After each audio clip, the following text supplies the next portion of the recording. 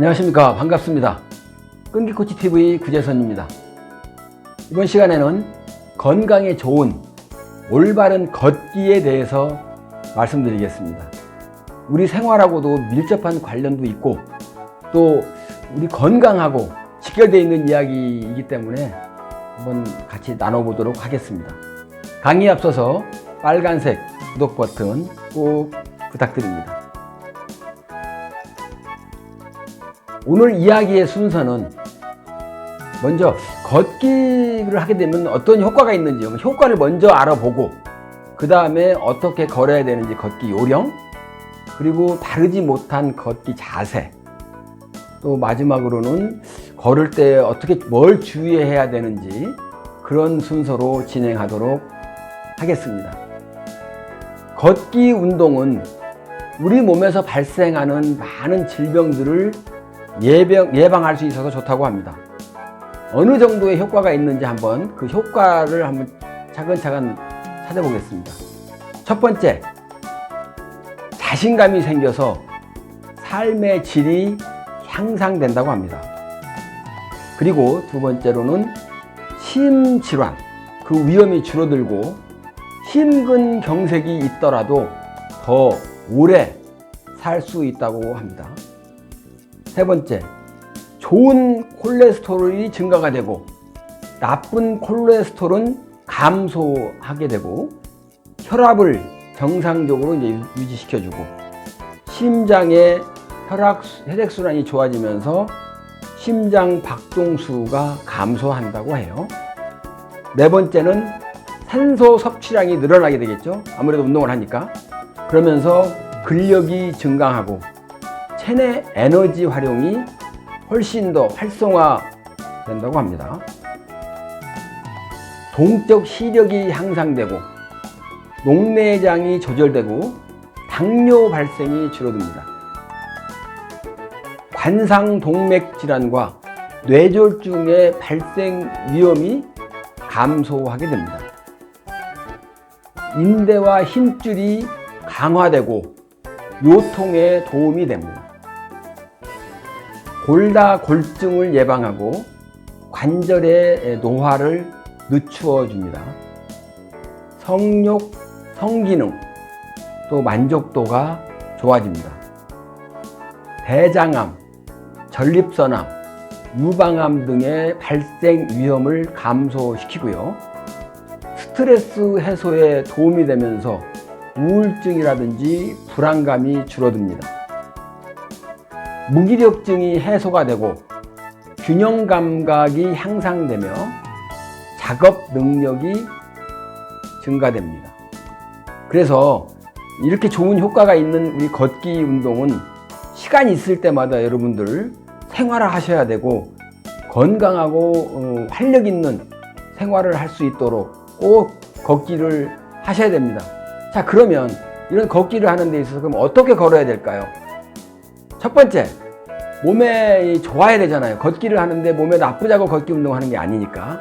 그래서 올바르게 하는 요령을 한번 보게 되면 첫 번째, 팔은 앞뒤로 흔들고 무릎을 펴고 걷습니다. 그리고 등도 곧게 펴시고 배에 힘을 주며 턱을 좀 당겨서 시선을 이렇게 전방 멀리 둬야 되고요. 그 다음에 내디딘 다리에 발가락 끝으로 땅을 차면서 앞으로 나아가야 됩니다.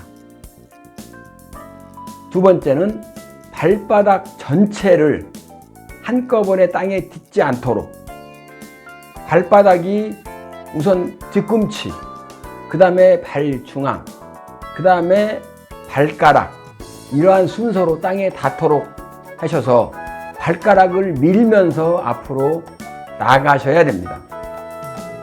두 발은 11자를 유지하고 팔꿈치는 옆으로 움직이지 않게 해야 됩니다.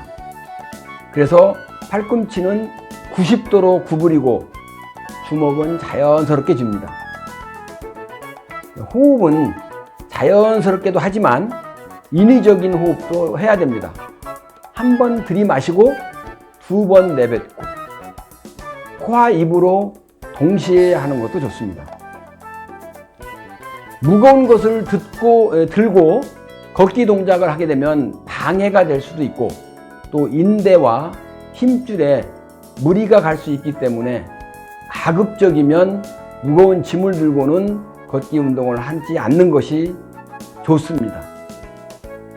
그렇다면 이제 이번에는 아까는 이제 올바른 제가 걷기 운동을 말씀드렸는데 이번에는 바르지 못한 좋지 못한 걷기 자세를 한번 보게 되면은 첫 번째 등이 앞으로 구부러지면은 무릎에 힘이 없어져 가지고 팔이 앞으로 나갈 수가 없죠.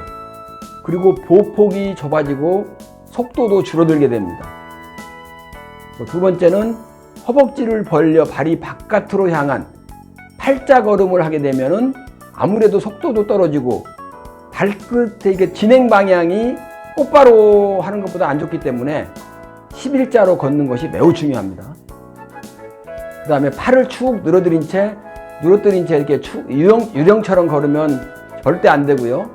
등을 쫙 펴고 팔을 뒤로 취하는 것에 따라서 추진력을 이렇게 얻어서 걸어야 됩니다. 그래서 이렇게 걷기 못한 자세를 잘 보시고 그 부분을 좀 하지 않을 수 있도록 해주시고, 자 이제 그러면 걸을 때 주의해야 될 사항 한번 보겠습니다. 첫 번째는 걷기 전에 발목하고 무릎 스트레칭을 꼭 해줘야 됩니다. 준비 운동을 안 하게 되면은 발목을 접질리거나 삘 수가 있어요. 그 부분을 주의하셔야 되고요.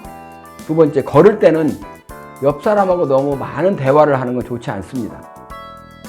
왜냐하면은 이야기를 하다 보면 주의가 산만해지기 때문에 자세도 흐트러지고 그렇게 되면 별로 이 걷는데 악 영향을 줄 수가 있기 때문에 걸을 때는 대화를 좀 줄여서 하시는 게 좋습니다.